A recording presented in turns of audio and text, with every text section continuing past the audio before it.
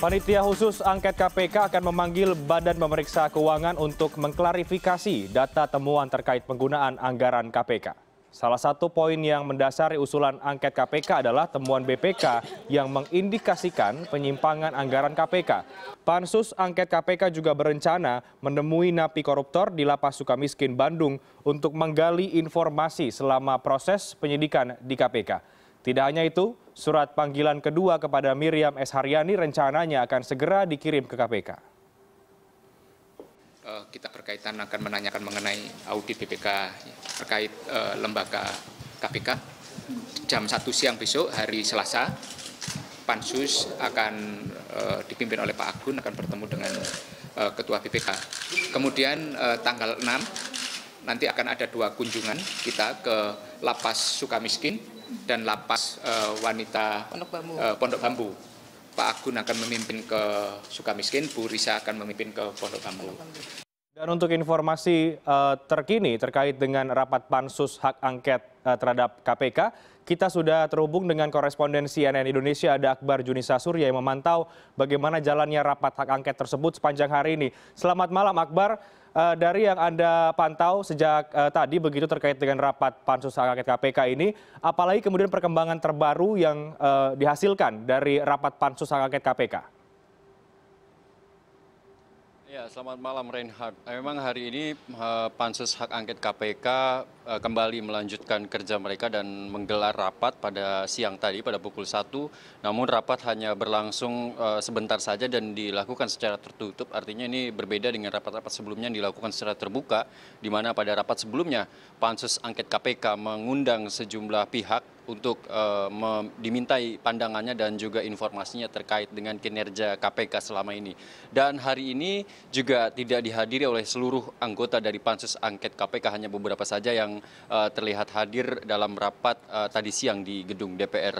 Dan dari hasil rapat tersebut, salah satu anggota dari Pansus Angket KPK mengatakan bahwa mereka besok akan mendatangi BPK untuk mengklarifikasi data ataupun temuan dari BPK terkait audit yang dilakukan terhadap KPK, di mana dalam audit pada tahun anggaran 2015-2016 ada terindikasi 7 penyimpangan penggunaan anggaran oleh KPK, dan ini juga menjadi salah satu dasar poin untuk digelontorkannya hak angket terhadap KPK di DPR.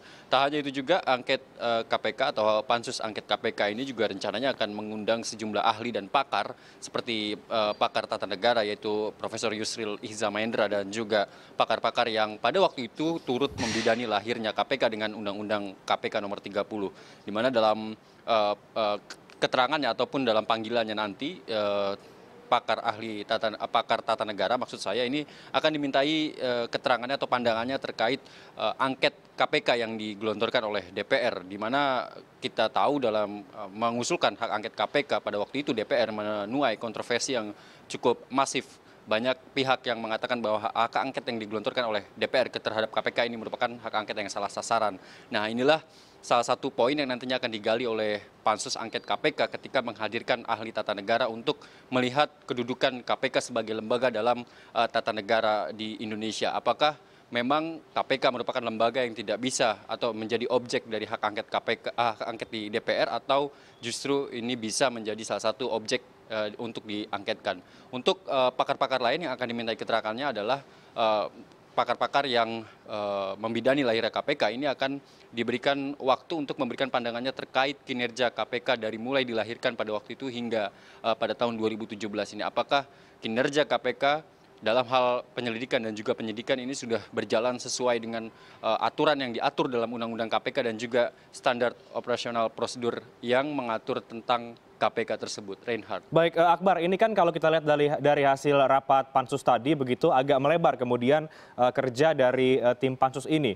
Tidak lagi kemudian ngotot untuk memanggil Miriam S. Haryani, tapi juga kemudian melebar ingin bertemu dengan BPK misalnya atau bertemu dengan napi koruptor begitu. Apa sebenarnya tujuan dari pansus, Akbar, terkait dengan adanya rencana untuk bertemu dengan BPK besok misalnya?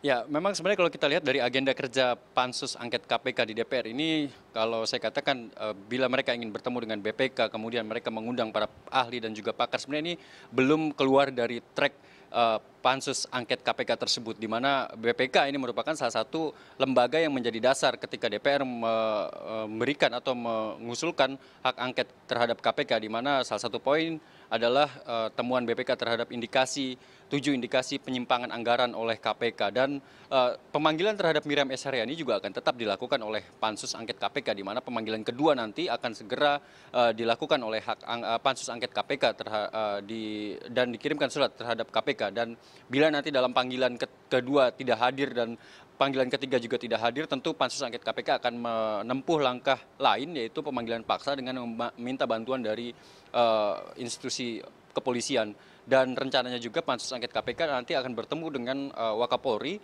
untuk membicarakan prosedur pemanggilan paksa apakah bisa dilakukan dan bisa dibantu oleh institusi Polri tersebut, di mana dalam hal ini kepolisian sudah menunjuk Wakapolri untuk menjadi kepala tim untuk bertemu dengan pansus angket KPK. Artinya harus ada jalan tengah antara DPR, kepolisian dan juga KPK ketika nantinya pansus angket KPK jadi melakukan pemanggilan paksa terhadap Miriam S. Haryani. KPK sendiri hingga saat ini masih bersikukuh tidak bisa menghadirkan Miriam S. Haryani di dalam pansus angket KPK karena statusnya saat ini Miriam S. Haryani sudah menjadi tersangka dalam kasus pemberian keterangan palsu, dan bila dihadirkan dalam pansus angket KPK, menurut KPK sendiri ini akan menjadi contempt of justice atau akan mengganggu jalannya penegakan atau jalannya penyidikan. Dan DPR sendiri beranggapan bahwa dengan alasan KPK tersebut justru KPK mengganggu sistematis dari parlemen atau DPR, di mana